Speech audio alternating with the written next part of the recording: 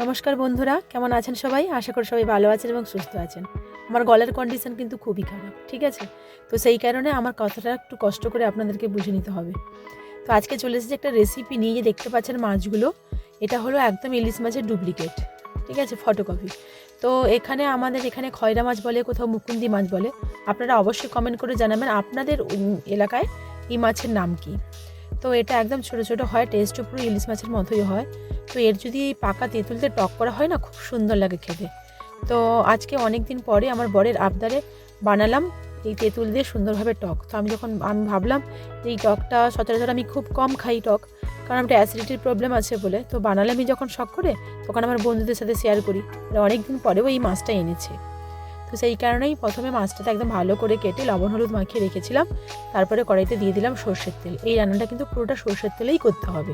সর্ষের তেল ছাড়া কিন্তু এই মাছের টেস্ট পাবেন না, বা এই রান্নারও টেস্ট পাবেন না। তো মাছগুলো ভালো করে আগে ভেজে নিতে হবে। ওটা কিন্তু টকের মাছ হলেও মোটামুটি মানে একদম মচমচে না করলেও মোটামুটিভাবে কিন্তু ভাজতে হবে। হালকা করে ভাজলে এই মাছের টেস্ট পাবেন না, মানে এই টকটার টেস্ট পাবেন না। তো সেই কারণে আমি সুন্দর করে ভেজে নিয়েছি, দেখতেই পাচ্ছেন।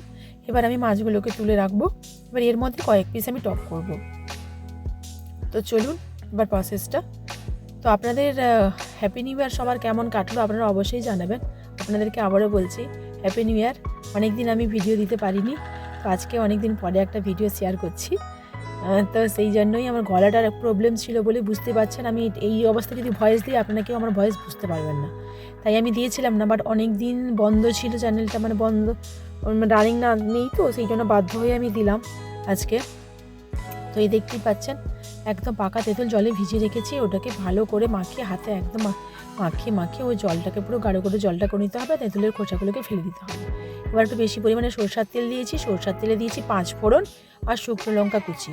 সুন্দর একটা যখন স্মেল বেরোবে শুকনো লঙ্কার 5 ফোড়ন থেকে, তখনই জলের মানে ওই তেলের ওপরে মাখিয়ে রাখা যে তেঁতুলের জলটা, ওই জলটা তেঁতুলগুলোকে ছেঁকে ভালো করে ওইতে দিয়ে দিতে হবে। এবার তেঁতুল টকের কিন্তু একটাই সিক্রেট, কী বলুন তো, যত ফুটবে তেঁতুল টকটা ততই ভালো টেস্ট আসবে। তো অনেকটা বেশি পরিমাণে জল দিতে হবে, তারপর অনেকক্ষণ ধরে ওকে ফোটাতে হবে, তবে গিয়েই কিন্তু টেস্টটা পাবে। তো এটা ফার্স্ট জল দিয়েছি, এরপরে আরও জল এতে অ্যাড করব। অ্যাড করার পরে জলটা ভালো করে আগে ফুটবে, তেঁতুল জলটা ভালো করে ফুটবে। এরপরে এখানে দেবো লবণ পরিমাণ মতো, তারপরে দেবো হলুদ, তারপরে দেবো চিনি। চিনিটাই কিন্তু এখানে অবশ্যই কিন্তু চিনিটা দিতেই হবে, ঠিক আছে? তো চিনি না দিলে কিন্তু টকেটা আপনি টেস্ট সুন্দরভাবে পাবেন না। তো পরিমাণ মতো যে যেরকম মিষ্টি খান বা টক খান সেরকমভাবেই দেবেন। তো আমাদের একটু টক মিষ্টিভাবে খেতে পছন্দ করি, তাই একটু মিষ্টিটা বেশি করে দিয়েছি। কারণ তেঁতুলগুলোর ভীষণ টক, তো সেই কারণে টক মিষ্টি ঝাল লাগবে। সেই কারণেই এইভাবে টক বানানো, একদম হোটেলের স্টাইলে। আপনি রান্না করে দেখবেন, আপনারা অবশ্যই তারপর কমেন্ট করে জানাবেন কেমন লাগলো। ভালো করে ফুটে গেছে, এবার কিন্তু মাছগুলোকে ছেড়ে দিতে হবে। ভালো করে ফুটে যাওয়ার পরে মাছগুলোকে এবার আমি ছেড়ে দিয়েছি। এবার মাছগুলোকে অনেকক্ষণ ধরে একদম লো ফ্লেমে করে মাছটা ফুটাবো। মাছটা ফোটা কমপ্লিট হয়ে গেলেই কিন্তু রান্নাটা কমপ্লিট হয়ে যাবে। আর নামানোর আগে অল্প একটু সর্ষের তেল দিতে হবে, দিলে কিন্তু এই টেস্টটা আরও দ্বিগুণ হয়ে যাবে। তো বন্ধুরা, আমার ভিডিও যদি ভালো লেগে থাকে আপনারা অবশ্যই একটা লাইক করবেন, কমেন্ট করবেন এবং বন্ধুদের মধ্যে শেয়ার করবেন। আর যদি আমার চ্যানেলটা সাবস্ক্রাইব না করে থাকেন, অবশ্যই সাবস্ক্রাইব করে দেবেন। আর এই রান্নাটি কিন্তু বাড়িতে অবশ্যই করে খাবেন, দেখবেন।